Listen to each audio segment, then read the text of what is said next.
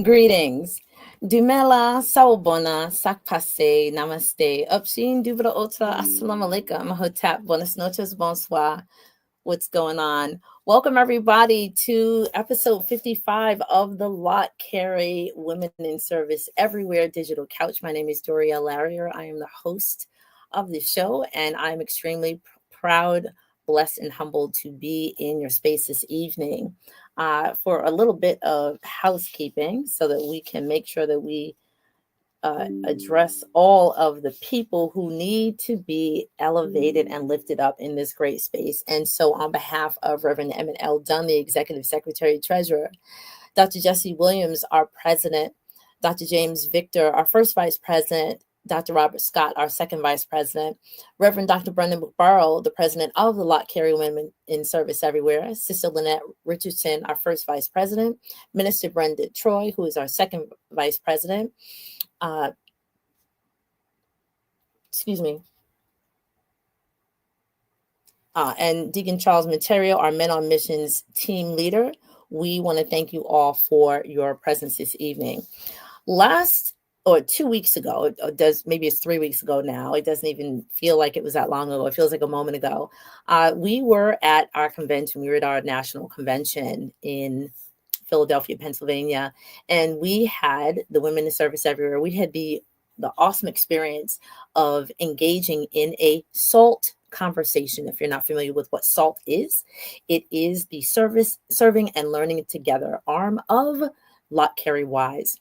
A number of years ago, one of our presidents decided that we should build an intergenerational bridge, if you will, of those of our elder sisters and aunties and grandmas and the next generation so that we can continue transferring the story and keeping the work going, keeping the legacy going. And so Wise Salt was initiated. So a couple of weeks ago, we wound up having our first live conversation at the convention. So, of course, since March of 2020, we have engaged with global leaders, our ministry leadership, and people who, because everybody is somebody in Lott Carey, those people who literally have, I have to say it, their hands and feet on the ground of doing the work in missions. So tonight we're going to have a little remix. We had such an amazing conversation at convention. We thought that we'd want to capture some of it and archive it for days, weeks, and months and years to come.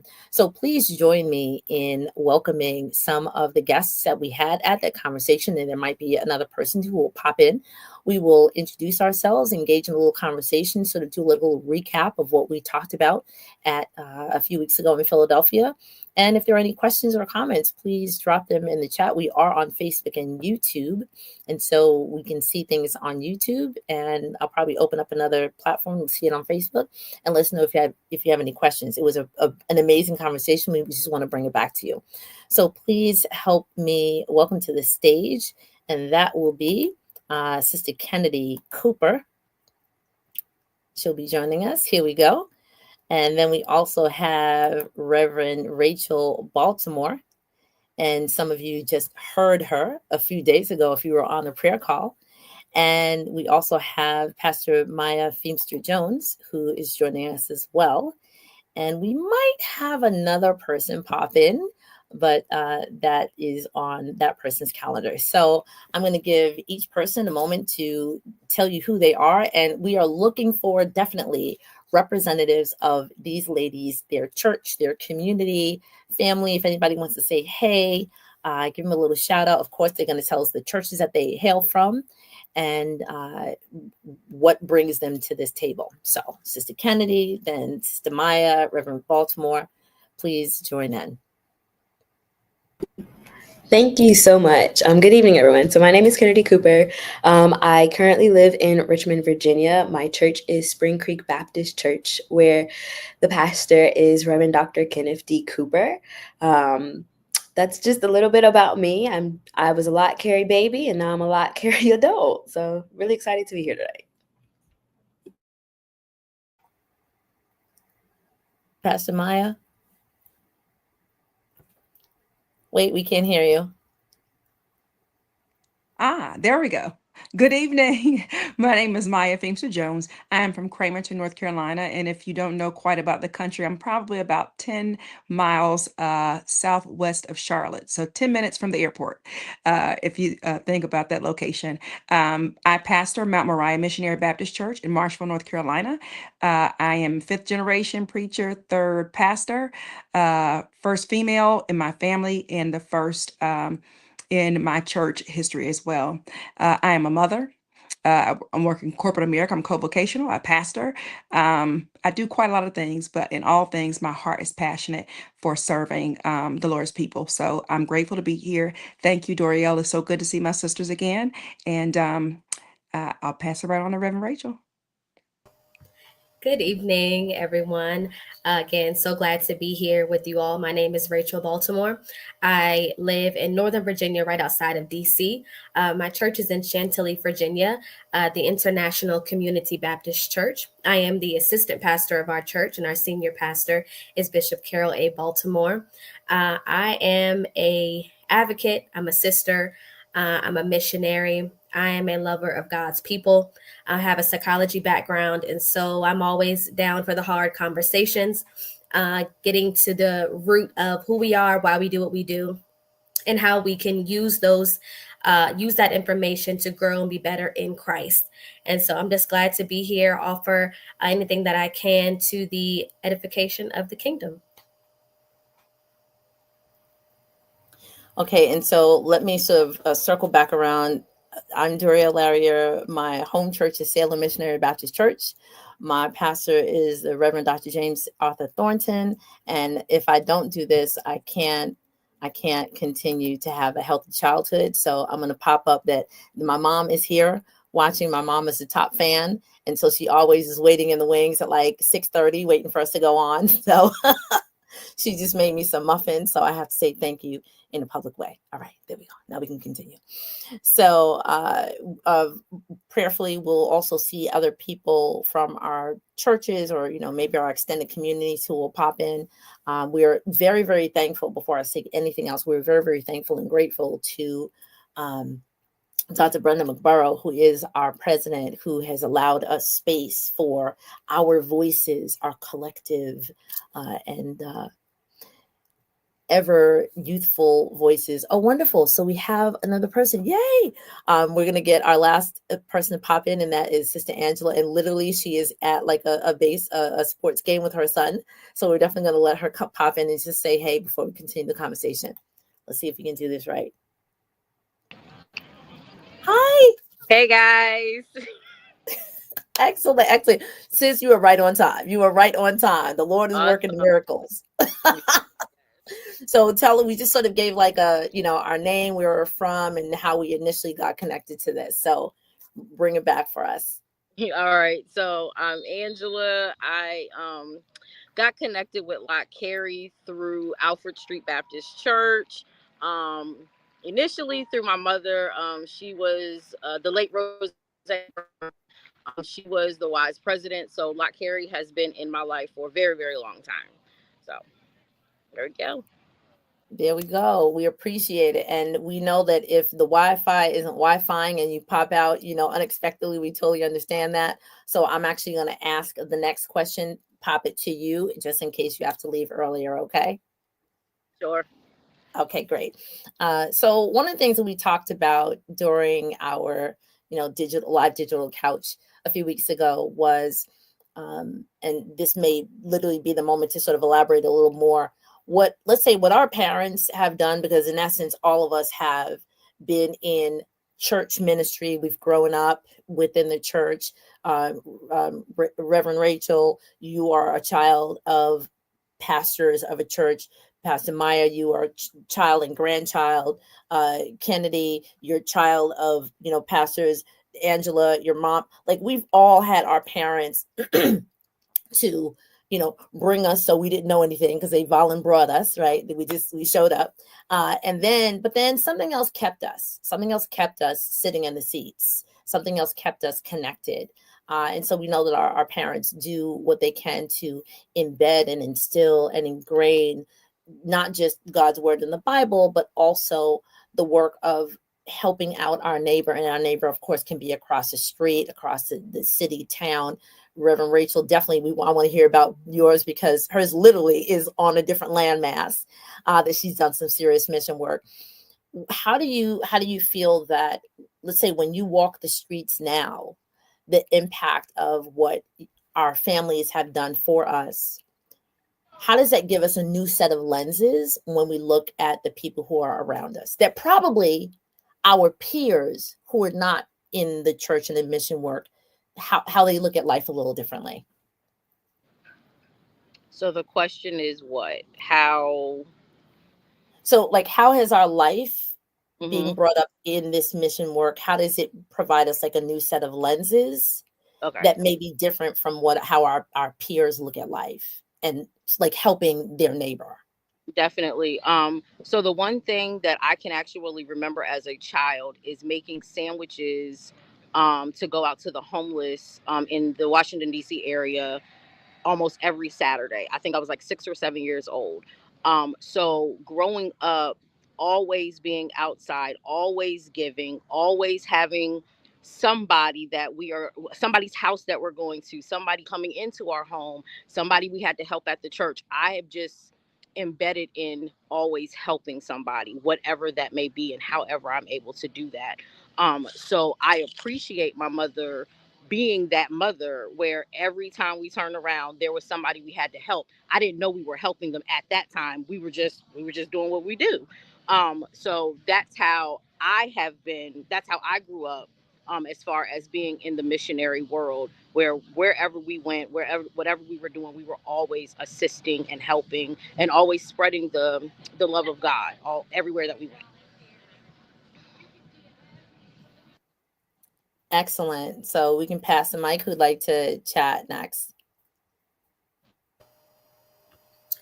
I can share that I'll kind of start with my older sister. She is 7 years older than me.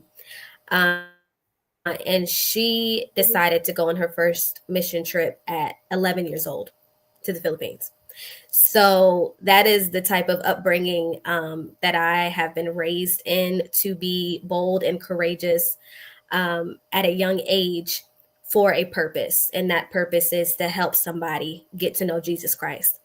My great grandmother was known for cooking for the church after Sunday services, cooking for the pastor, down to my grandparents. Um, a life of service is what I've seen and all that I know. And when I look at my peers, I see the shallowness of them a lot of times, because their world is small. The benefit of helping people from all walks of life is that oftentimes when I was younger, kind of like Angela, I guess maybe not. I realized that I was helping someone, and I went into the situation understanding that I was here to be of service. But as I've gotten older, I realized that as much as I thought I was helping them, they were helping me to grow, to mature, to broaden my horizons, to give me a deeper understanding of different cultures, deeper understanding of people, and a deeper understanding of how God can use anybody to do anything. And my peers who weren't exposed to that at a younger age don't have that understanding, don't have that perspective. And so it's something that as I continue to grow and mature and become more and more grateful for, that I was exposed to that at a younger age.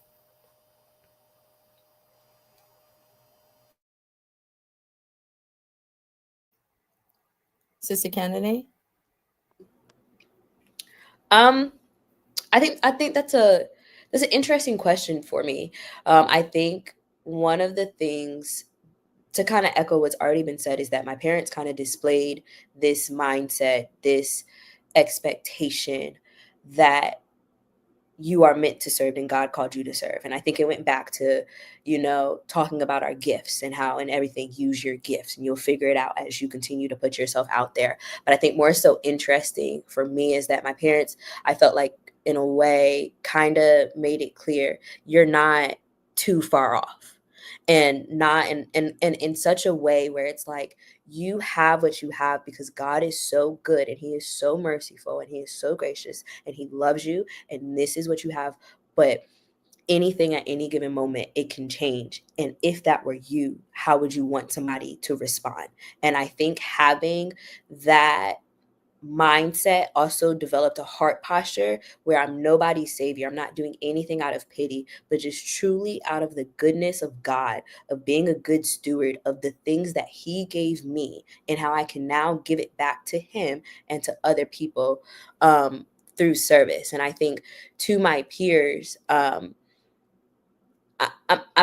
slightly an oddball out. Like, I truly am the person that's like, so what needs to be done? Where's their help? And I've realized that it's not just about the big moments of helping, but it's also in the little mundane things where you really don't realize how much of a heart posture for serving God is cultivating in you, but you're just doing it because it's been naturally ingrained in you. And I think sometimes, like, that's where me and my peers, we have that disconnect. I think especially with my generation, we're known for being selfish and we're known for being self-centered. It's like I don't see it, and I think I don't see it because I'm very intentional on how can I serve you. I'm a big people person, so it just comes naturally of, in order to connect, in order to grow, in order to do some things, you have to be willing to serve. And I think like that was something that has really changed, like formed my perspective of it. Okay, Pastor Maya, before you pop on, I'm actually just gonna let ask like the last part of the question to Angela, since she's literally like being mom and like watching her son at a game, and so you can have like the this question and the last question.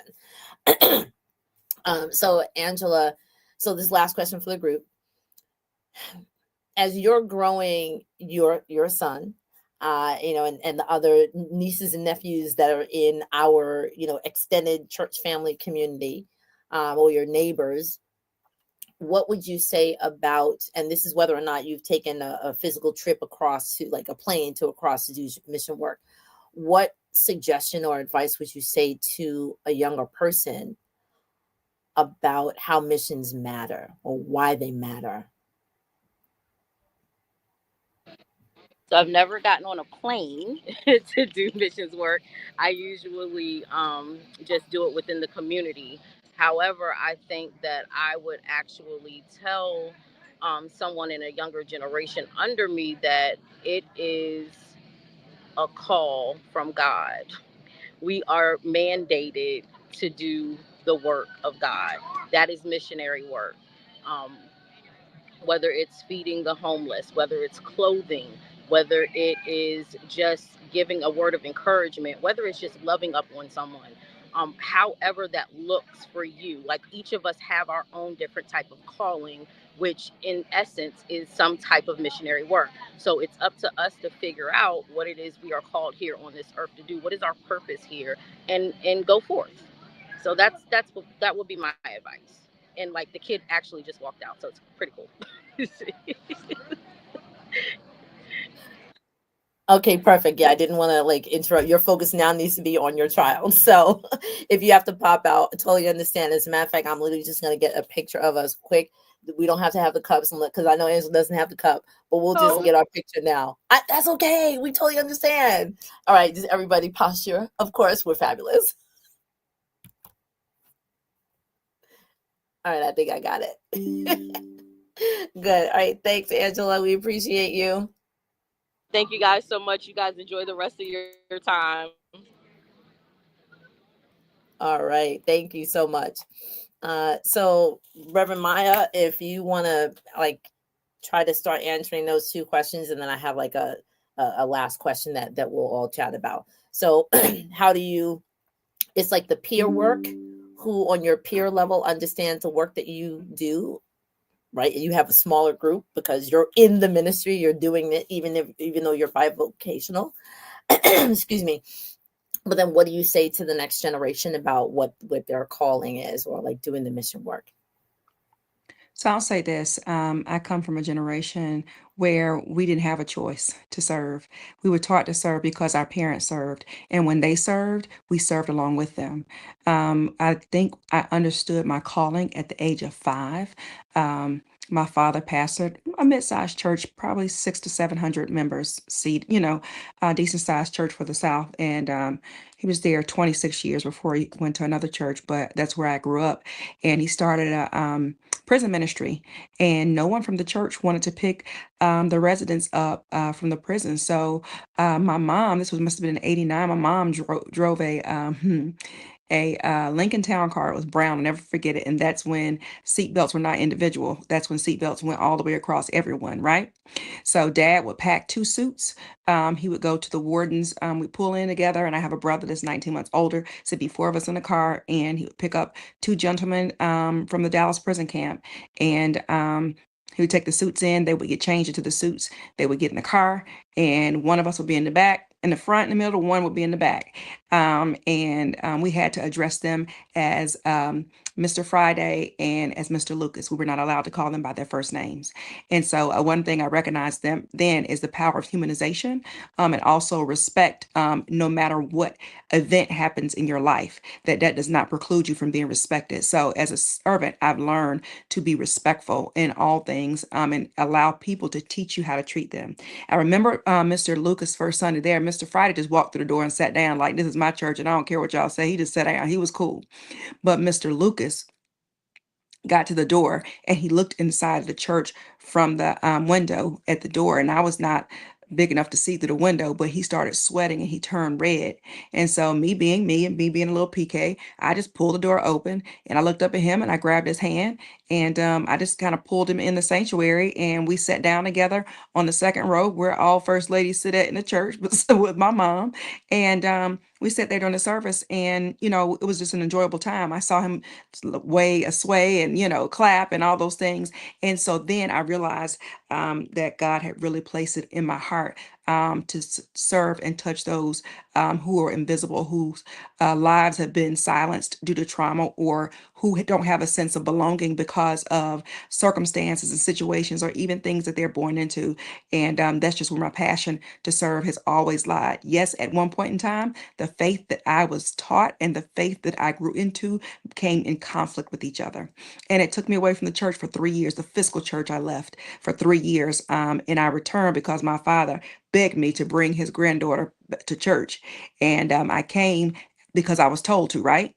I was grown, but I'm of that generation that when they say do it, you do it. So I done it. And I brought her back. And while I was away, I learned how to serve. I served in the community. I served amongst people who did not look like me. Homeless counting time. I went out and slept with the homeless, or counted those who didn't want to go into the Black communities, because most of the folks in our area are affluent and white, and they do not want to go to the Black communities and count those who have nowhere to sleep. So guess what I done? I took my behind and took my little snack pack and took my blankets, and I went out there and counted those who looked like me, to make sure that there was space for them to be served as well. And that was during the most broken time in my life that I was able to understand what it meant to be broken. And it takes me back to the scripture of we are earthen vessels, and that in order for us to serve, we first have to be broken. The oil that's on our lives and inside of us has to spew out on someone else. So what we go through prepares us to bless somebody else. I don't know what the second part of that question was. You have to give it back to me. That's okay. I'm gonna let Reverend Rachel, because I want to tap into her, something that she said, and then actually something that Angela, she said a word, and it hit me different, and I actually want to bring that back to the conversation for another deeper dive. She said the mission work, you have to be called to it. When she said the word called, it literally felt like a gut punch this time. I kid you not. And I was like, wow. Now, of course, like you hear John 3:16, 37,000 times. You hear Genesis 1:1, 19,000 times. You hear Psalm 23, 25,000 times. But when she said it, I was brought to the variety of mission opportunities that one can have. And so, Reverend Rachel, your family has spent time in the Philippines. Sister Kennedy, you do work, let's say right now, in your local community, because I remember you speaking about the non-for-profit organization that you work with. Pastor Meyer, you talk about literally the book that we were reading is what Rich Christians in an Age of Hunger, and how are we walking alongside, like we talk about with Lott Carey, how are we walking alongside those who are interested in support. I'm going to start saying that phrase differently, but interested in support from others. Not everybody is called to the same thing. So there are some people who have a heart for prison ministry. And like you said, Pastor Maya, some people like, ooh, that's not my flavor. I can't rock with that. I can make some sandwiches like Sister Angela, but I can't necessarily get on a plane and go to the Philippines. Like I'm literally, my hand, my chin is in my hand, like, to the Philippines? Like, what called y'all to the, like, I always want to have like that deep conversation, but not everybody's called to the same thing.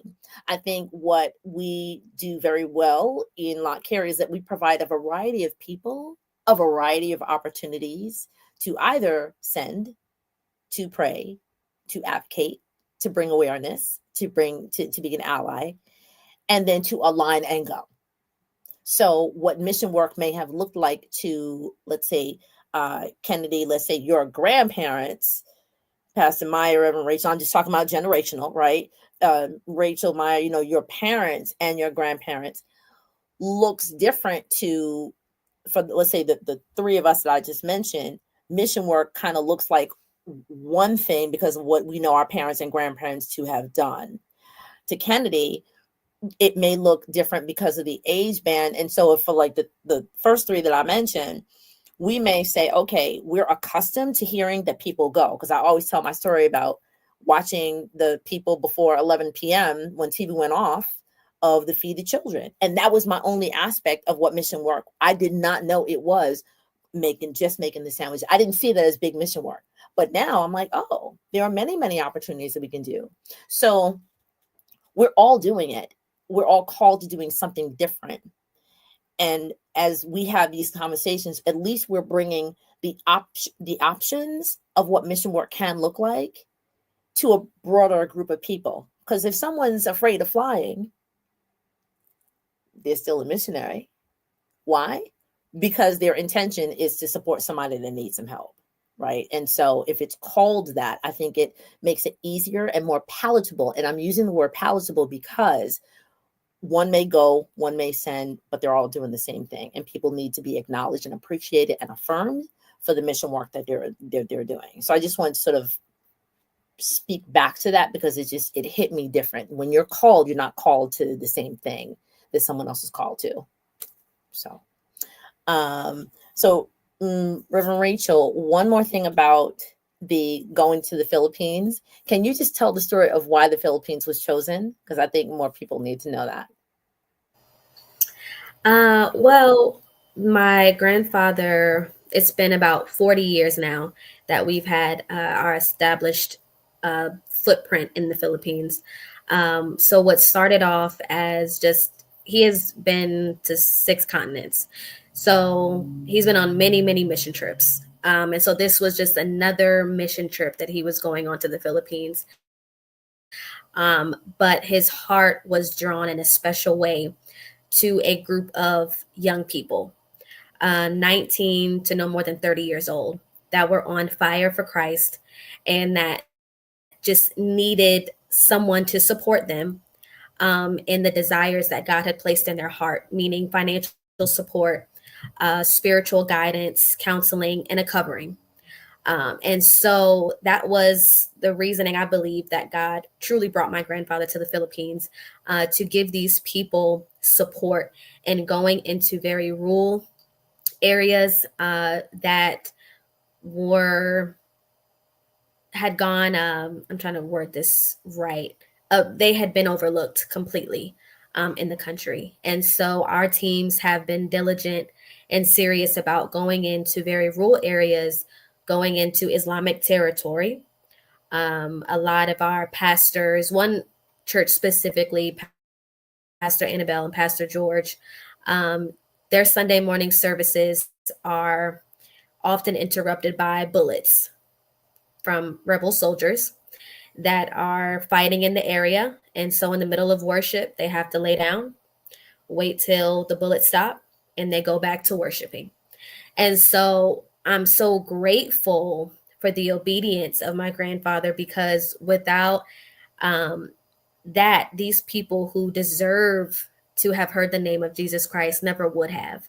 And so I think it boils down to having to make sure that you are clear about how the voice of God sounds to you.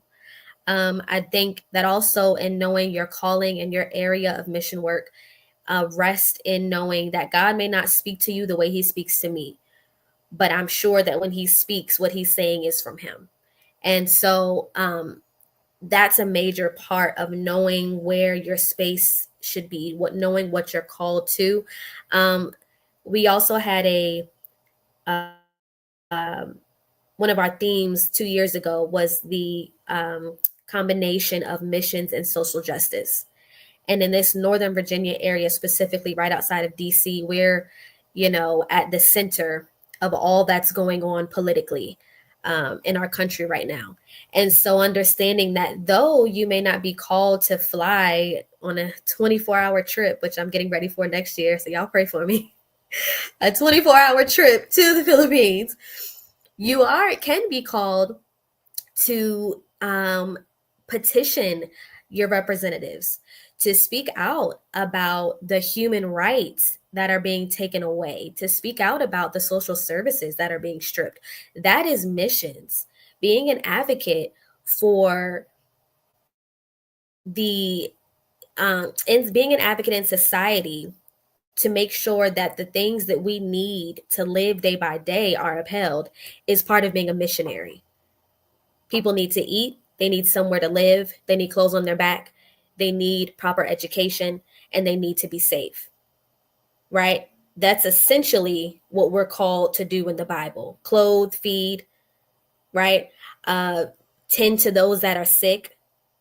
Stripping away Medicaid is not tending to those that are sick. So those are areas that you can ask the Lord, and with the gifting you've given me, God, where is it that I can be of service in the best way? And God will answer that. But your point is so important of not trying to look and go to a space the Lord hasn't called you to, but to ask, with the gifts you've been equipped with, what can I do? How can I be of service?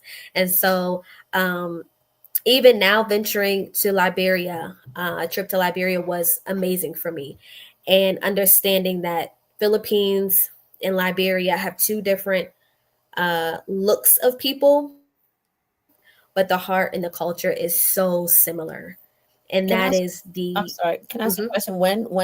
When was the Liberia trip? What month were you there? Liberia was in 2023. Okay, got it. Thank you. You were. Yes. So, so yeah. So just knowing when you hear the Lord's voice that you're clear about it. Excellent. All right. Who hasn't answered this question? I kind of lost track.